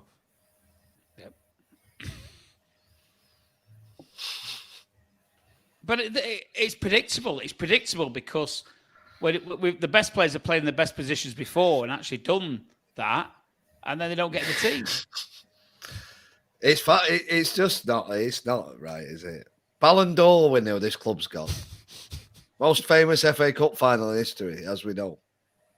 I think someone's recently done an overall standing, haven't they, in historic data of football clubs. Blackpool was 32nd. for historic results since football began. 32nd, we would lie. That's our natural position in the Football League. Mid-table championship. And we act like we are a Sunday League football team at times. Let's have a listen to the Mikasaw, see what he said after the game. Pete, today, what are your thoughts, first of all, from that performance? Well, bitterly disappointed, first and foremost, for all of us, for the team, for the fans who have turned up and expected more. I thought the game we started okay. I thought they were better than us to start. Then we had a couple of chances. We get chances and don't take them. Their first goal, we didn't stop a quick free kick. We didn't stop the cross. Header's not great. Don't get a block. And it's emphatic, to be fair. It's a fabulous strike, and that lifts them. Second goal, I think, is a bit of a soft free kick, but then we turned and ducked. No, I didn't duck, but we turned in the wall and we could have blocked it, I think. And going 2-0 down was a bitter blow for us. I changed the team at half time. I'll take responsibility for the first half and, put maybe more flair, attacking players on, see if we get back in the game. And lo and behold, we end up 3-0 down. They took their chances. We had enough chances in the game, but they blocked loads of ours, and it's, nearly 90 minutes before we score. Some first goal for them, really. Was it a case of when they scored that early on that the crowd really got behind them and pushed them on, really? I said, it was such an emphatic finish. It gets the crowd up as well. And of course, it's Derby Day, and it's not just a tapping. It's an absolutely stunning strike. And strangely enough, it does create a better atmosphere when that happens. So, but we've got to react to that, and we didn't, and ended up 2-0 down. Could probably guess, but what's the mood like in the dressing room straight after that game? Yeah, pretty lousy, to be honest. Disappointed, as you'd expect. 7 games to go now. You've been in and around over the many years in football. Do you still have the belief that this team has the fight and determination to turn this around? I believe they've got the fight and determination to do it, yes. Whether we end up with the quality to do it, because we've had chances. We've conceded goals again, 3 goals again today. We're not taking our chances when they come. And when they do, we've got to be more clinical, that's for sure. But fight and determination, yes. We haven't got the quality. That's because they're not on the pitch, mate. He's a tit. He's a tit, and I've not heard that, and that's just set me off again now. I'm reading on here that the old knob enders have defaced the training ground somewhere along the line. Good, they deserve it. They deserve it. I hope they've smashed it to the bleeding ground. That's nonsense. That if he's not sacked by tomorrow morning, then that's the whole lot need to get out, because him and Ben have been out for lunch today in Lytham, laughing and joking. Yeah, they'll be having a bit. I don't think that's happening. Fuck off. The taps and have a big drink. Yeah, well, no, I've just come in that. Just come into me that they've been out for lunch. Yeah. And somebody said, "Do you think he's going to sack him?" He said, "Well, they were laughing and joking, so I suspect not." Barnsley Mafia. Barnsley Mafia. Joking. Out having a drink in the face of Blackpool fans, laughing and joking the day after that shite. That says it all, doesn't it? They shouldn't be. Have you been out anywhere. laughing and joking this lunchtime, Raggy? No, I haven't. No, I've not been out anywhere. I haven't either. Well, I have actually. I've been working outside. That's why my head looks like this. I'm fuming, full of Red Bull, and I've been working outside. With the slightest bit of sun does my head, you see. So I had to go all the way to Newtonley Willows, so I wasn't. I had to pass through. You need to put some sun cream on, mate. No, this will go. When I've had it out with them players and that management this week on that training ground, it'll go then. Raggy, can you live stream? Can you live stream it? Of course I can. I'll get people to video it. It's and listen, if the club, if they're listening to it, you can get in first and arrange something. The players and the management need to stand in front of fans and explain why there's a lack of effort and a lack of preparation going on at this football club. It's not on. And after that, I'll swing by the taps and I'll see Big Mad Mick and his old Coventry mates and tell them lot as well. And Ben. I won't call him bullshit Ben like everyone else does, but we'll just call him Ben. And I'm going to see them as well. They haven't got this football club in their heart and their minds, mate. I'm telling you, it's not on. They're seeing us go down, and guess where they'll all be next season? Pissed laughing off. And joking in the taps. Laughing and joking, pissed off somewhere else to different football clubs. Blagging someone else's head in the Championship. They always Blackpool, you can say in the interview, well, what happened at Blackpool? Well, the club's, it's small Blackpool, isn't it? A bit tin pot, you know. I'm used to being at Coventry where it's a big club, and now I'm here coming to this interview. Blackpool, you know, got problems in that club. Knobheads, a lot of them. Disrespectful twats. Sorry for swearing a lot, but that's where we are right now. And they're going to be told not having it, no chance.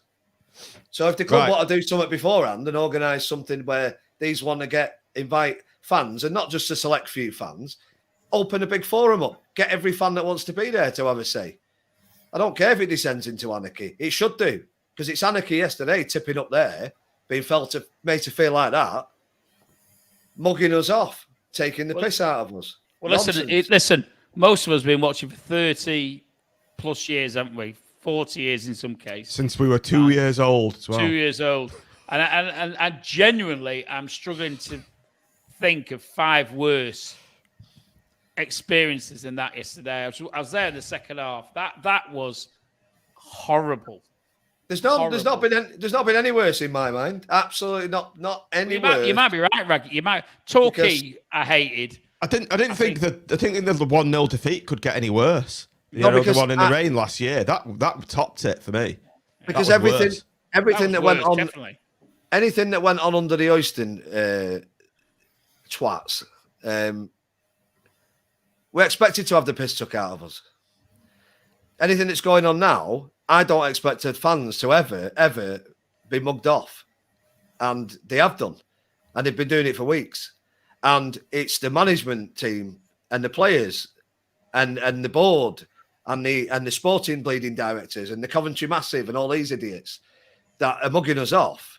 But now it falls to Simon Sadler now and Brett Geraghty, 2 Blackpool fans, to step up and say, you're not doing this to these fans anymore. It's not happening. Because if they it goes back. I'll sort it out with somebody. This Arndale shite, which is unbelievable, it goes back to you saying that every person who comes to the football club should listen. And I know you maybe take it a little bit far, but the reality is everybody should sit down and properly understand what Blackpool's all about, shouldn't they? Yeah, and I don't believe it. Especially what we've been through over the last 5 years. And the fact that you've got a senior employee at the football club who generally thinks that the supporters bar is called the Arndale. Yeah. Disgrace. I don't think I do take it too far at all. It's the problem. Maybe you don't. We're used to accepting it, used to being told that that's where we are, and this is about the level and all that. Doesn't matter. It doesn't matter about crowds. Doesn't matter about the money. It matters about acting professional, being the best we can, and we're not being the best we can because we've got some dickheads that don't believe that and just treat us like that. Just picture the scene there. Big Preston game, away from home, local derby, big game for us. We need to win to get some momentum to try and stay up. We have a coach leaves Bloomfield Road with 1 player on it and comes back with 1 player on it. Because Josh Bowler parked his car there in the morning, by the way, because he went past the Armfield Club when I was stood outside.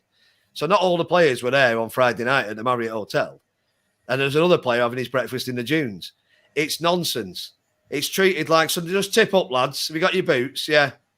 Fiorini, you're all right, mate. Crack on. Get yourself off. Weekend off. We'll see you on Monday, Tuesday. Not game for you. They do not care about this club. And I've said it before. We might well be a strange old fan base now. That's sad, but we've been through something that a lot of people haven't. And they need to understand that. And they need to, what's the word? I don't know, but they need to tell everyone that comes through that football club and make them aware of it. And because that, being mugged off and lack of effort and lack of preparation and talking down this football club as if it's something small and just, it doesn't matter, it is not on. Not on. Can't be accepted, won't be accepted. What was the point? What's the point in fighting to save it if everyone's just going to accept that we're just going to fuck it, go back down the leagues? It doesn't. Do you think we're better with Blackpool people, Blackpool-centric people? You should have a Blackpool fan on the board. It should be have a fan in there. We've got two though. There are 2 Blackpool fans on the board, right? They're clearly not portraying it. They're not putting it out there. But Sadler is a very rich man, but he's an investor. That doesn't mean he's a good manager of people. doesn't mean he's a good judge of people, does it? Those things are not the same. And as he said before, he's been mugged off by people, but he's made his money on whatever it is hedge fund people do. But essentially watching numbers flowing and getting flows of data and all of that kind of thing, that doesn't mean you're a good judge of a person. It doesn't mean that you're not gonna sort of fall for bullshit when people are doing it. It doesn't mean that's what concerns me. And yeah, I mean, I agree wholeheartedly with everything we say about what the club is and all of that. But to be honest, we'd probably forgive somebody if we were doing well, if they were competent at the job, if they were good at recruiting people, if they were good at having a strategy. You'd probably laugh at them calling it the Arndale. But the fact that we've also been shite, then they're not doing the basics.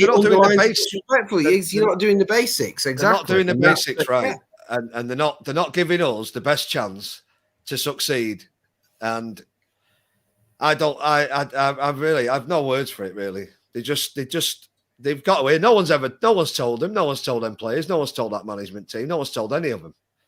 No one's told any of them what this football club's really about.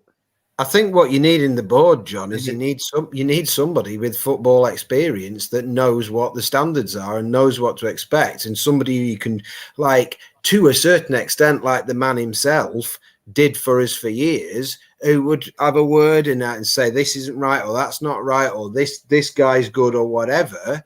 You need somebody who will spot bullshit, who will call it out, who will go, here, Simon, come here.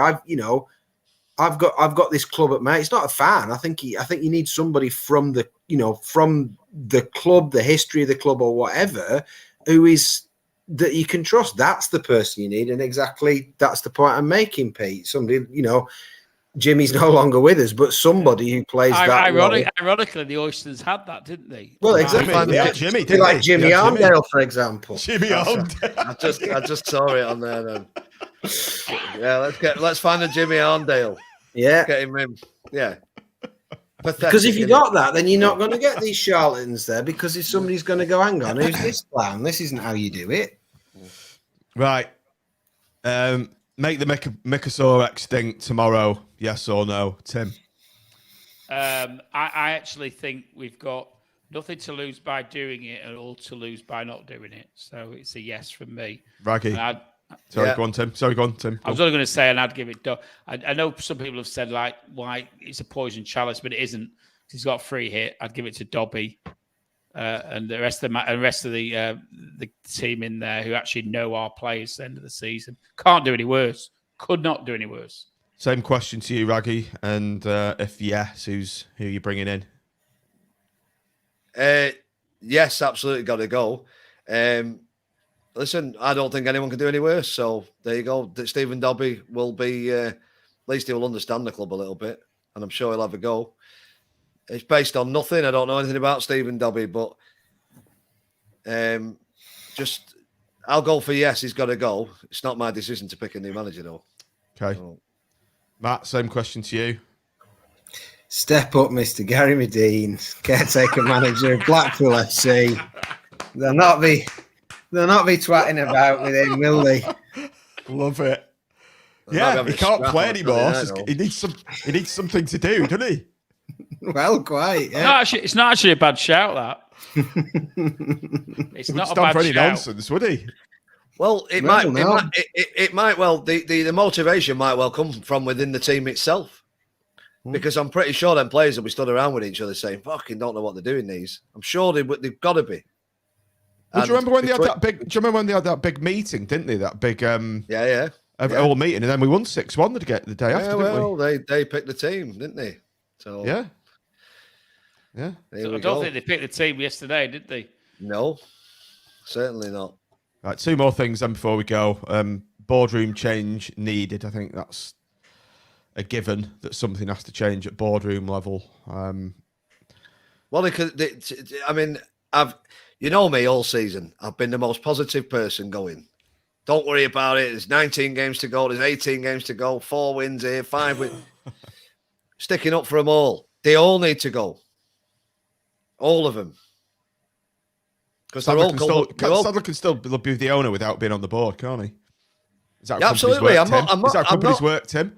I am not. The board doesn't have to be the owners, no. But I am not calling for a change of Simon Sadler at all. Far from it. We need him.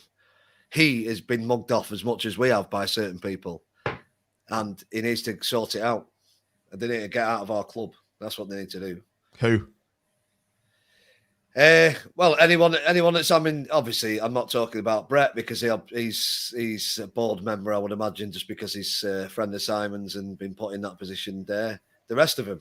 So name them, whoever they all are. Yeah. There's only 3 on the board. Coventry man. Well, and whoever else is scheming in the background in all these bleeding positions of chief scout and all this, they're all just not doing anything. They're not doing anything. I think I would prefer it to be more Blackpool centric, as we said before. I think a lot of people sort of laugh at, it's you're looking at it through rose tinted glasses, getting people who've been involved with the football club before. But the reality is that they actually know what it means and they know what's important. And I think your illustration tonight of people coming in who we've got a player who's been England captain who's played 43 times for his country and has got a statue outside and you've got his. Sorry, I'm going to swear. You've got his fucking name written across the front of the building, and they still get it wrong. Still get it wrong. At least the barrister who's taken the piss off for the last 5 years has probably never been anywhere near Blackpool when he called it the Seafarers. Yeah. Fucking Seafarers. It still tickles me that to the day. Do you know there's a chippy in St Anne's called the Seafarers? I think we should all go there. Our fish and chips, get our picture taken above it, below it rather. Matt Williams. But you see, that's funny because we expected it from all that crap, didn't we? We don't expect it now. Matt Williams would be a great shout. What do you think about Matt Williams? I mean, that'd be a great shout. Listen, he knows. Yeah. He still lives on the Foul Coast. He's in. I think he lives in Thornton Cleves. If I've got it right. I mean, push the boat out and get him. Listen, based on my conversations with Matt, I think he'd absolutely jump at the chance. Matt Williams, CEO, yeah. Double his money, do whatever it takes. You might even know where the home run money is. I'm going to say his wages. If Mansford thought it was difficult trying to explain that Critchley had left, which the amount of stuff Williams went through last time. Yeah. Trying to square the circle of all that. Then he ran the club though, Matt, didn't he? Every department. Yeah, every department. Everything. He had his feet up on the desk.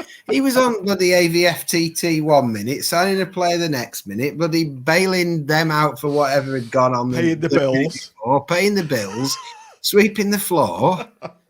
He'd just have his feet up in dreamland, wouldn't he? Did the website, did the programme, did all the marketing. Yeah.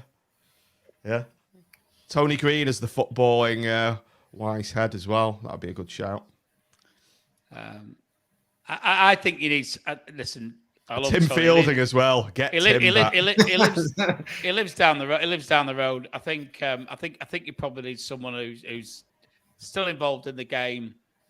20, 30 years younger, to be honest. I think Tony would agree with me when I say that as well. It's Gary Medine again. It's back to Gary, and he's got a few weeks free, hasn't he? He has. Yeah, Big Gaz, new manager and new CEO. Oh, no. What's it Connie used to say? Play off vibes. Manage the club off vibes.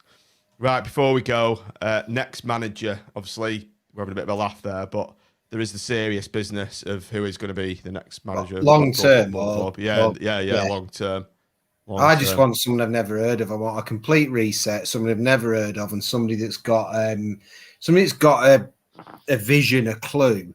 Because I think that's what we've got to start doing. We've got to start setting a template for what we do. I want someone who plays on the front foot.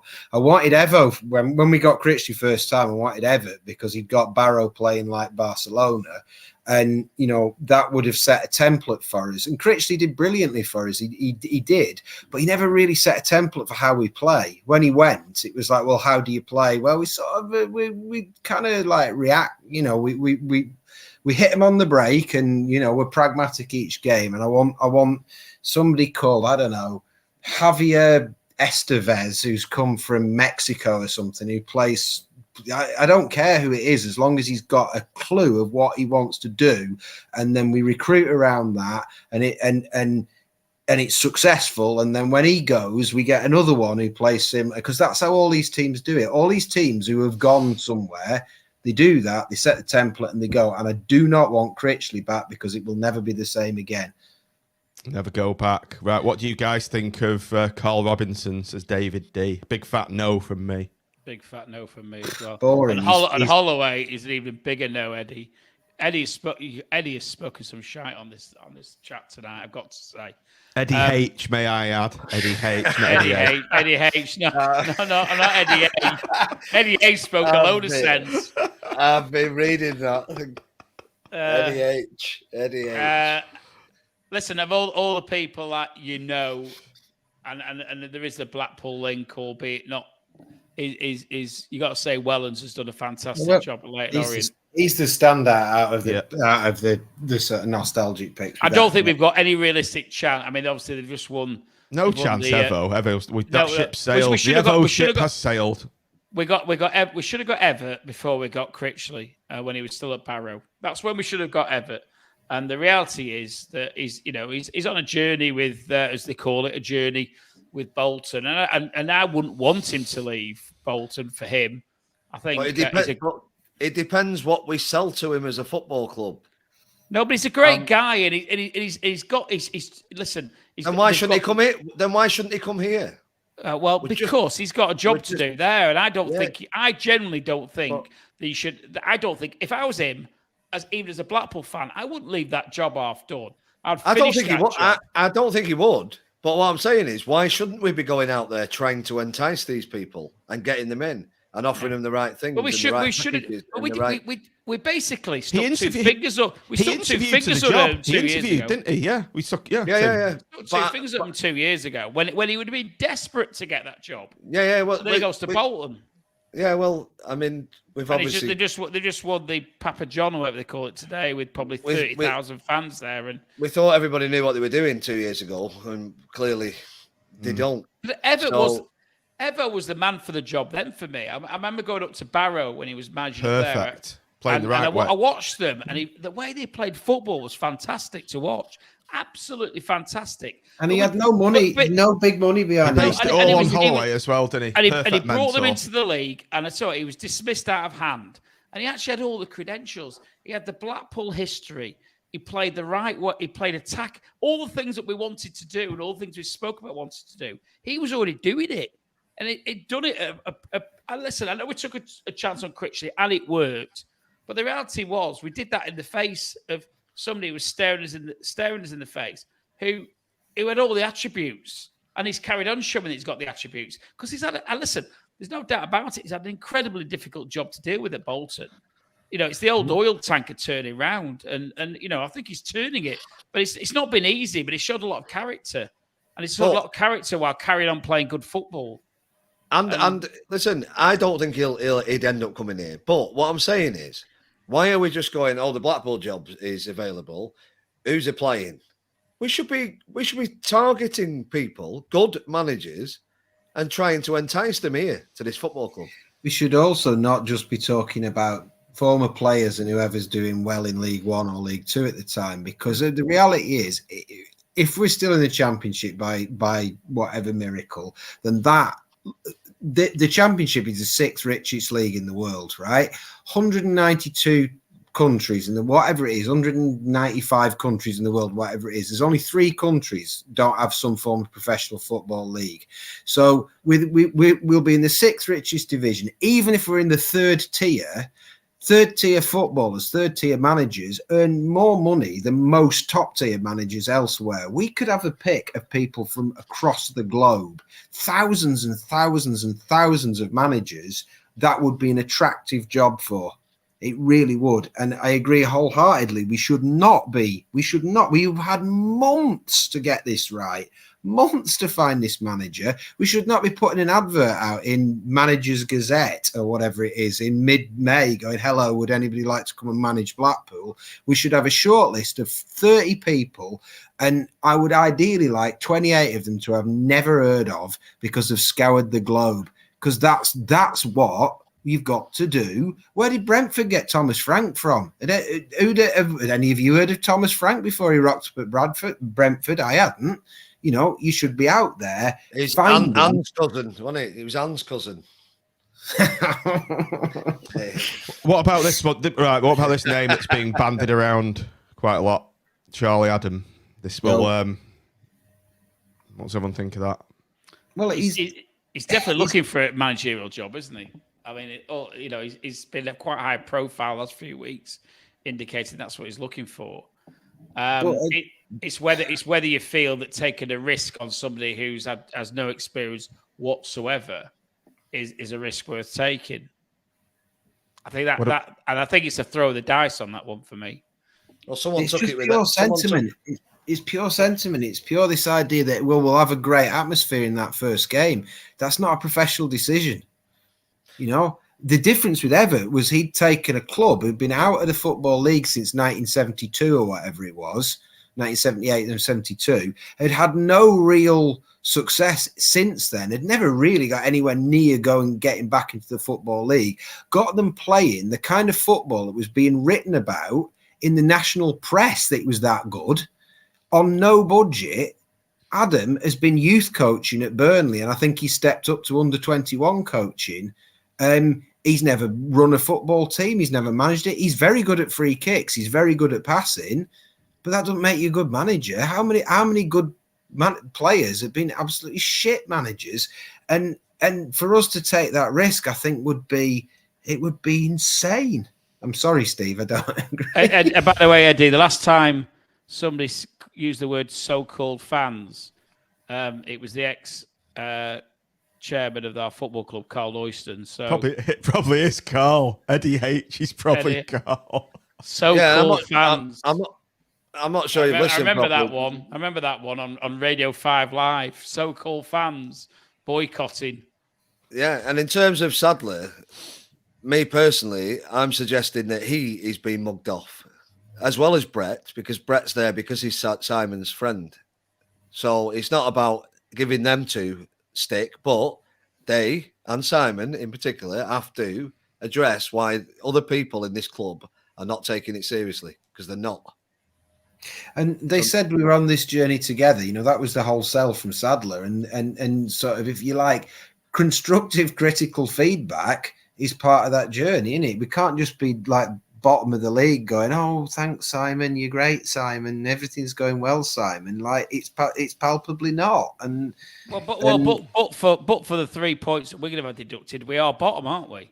Yeah, we are statistically the worst team in the championship. And I'm not raging at Simon Sadler for the fact we're bottom of the league, but I suppose I am. But what I'm saying is not like it's his fault. His head should be on a spike. Far from it. It's that we've got to run the club better because we clearly haven't. It clearly hasn't been run very well, and he has paid a large amount of money to other people to run the club for him.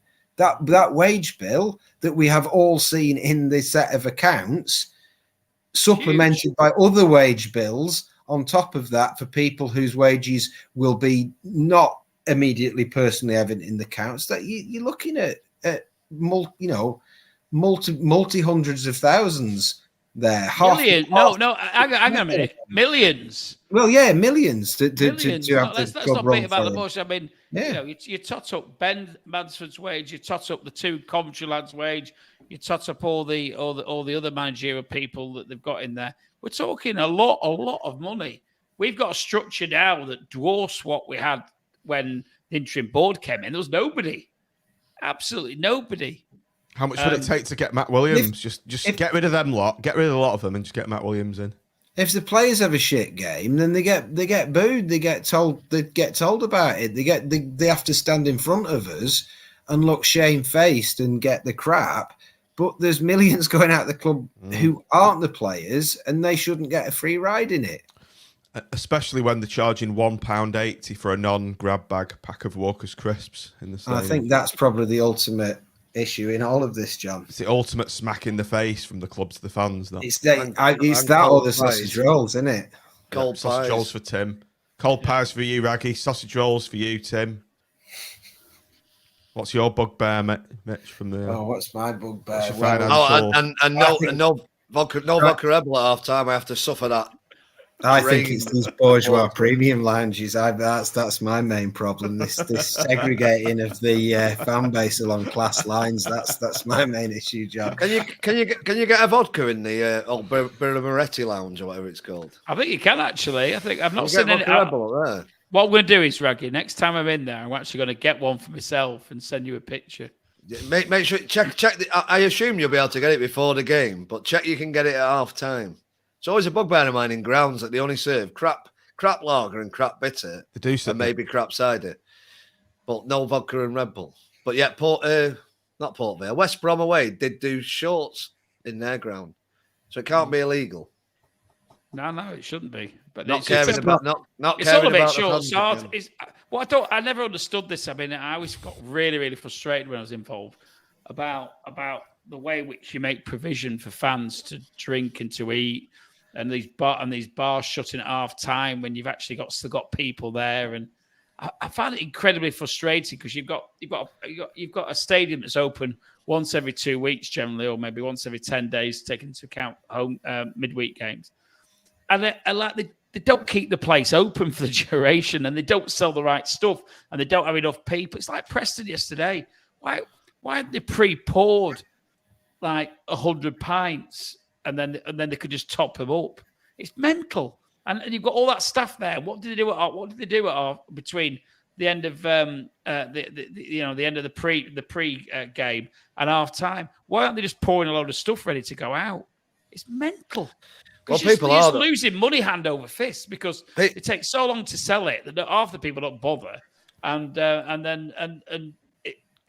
that do get it don't go back and get a second because they can't because there's not enough time.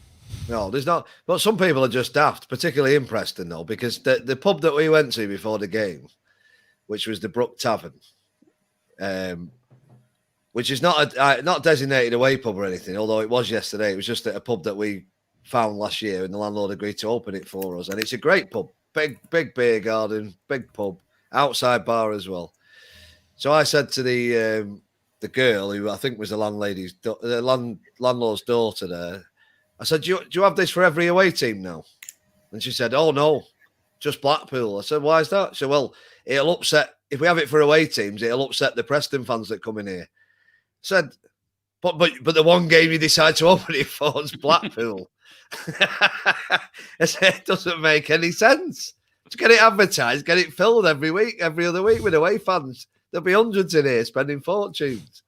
Well, the one game, Blackpool, so they don't upset the Preston fans. Bizarre. Well, there you go. Maybe she can get a job at our club. One bright piece of news towards we're going to have an end of season patrons due to Farmyard Brewery. I was speaking to one of the employees there, so they're gonna take us there. They're going to organise a little trip to Farmyard Brewery. So if you're in the patron supporter program, patreon.com/seasiderspod. Join up there. You'll be part of that. Details of that to be forthcoming, but I think we'll leave it there. Gents, just one little thing. I just got to give a shout out to my cousin Neve Goalie if she's watching. So, your dad told me to give you a shout out. Big shout out. So we've got it's Wigan on. So it's Cardiff, isn't it, on Good Friday? It's definitely win or game over, isn't it? With that. Well, we've got three home games out of 4 now. 3 out of the 4 games. Next games are home. So we've got to win on 3, haven't we? The away game in between is Luton, where you would say, but we are capable of winning these games, and we're capable of going to Luton and winning, and we're capable of going there and getting something and getting momentum going. If we get rid of the Mickasaw, play our best players in the right positions, we've got half a chance. After hearing that, silly interview that he's just given. If he is here tomorrow, then I don't know. He'll be claiming his bonus if we let him go before we're relegated. Well, give it him. Listen, I genuinely think you've got to roll the dice on this. I think you've got to roll the dice because doing what we're doing and continuing on doing what we're doing is just we're on one road, and that's to Division 1, isn't it? Yeah. So roll the dice. What's the Raggy is tonight? Raggy is Noel Edmonds. What's that? More like Mr. Blobby, I think, with my head burning. My fat face.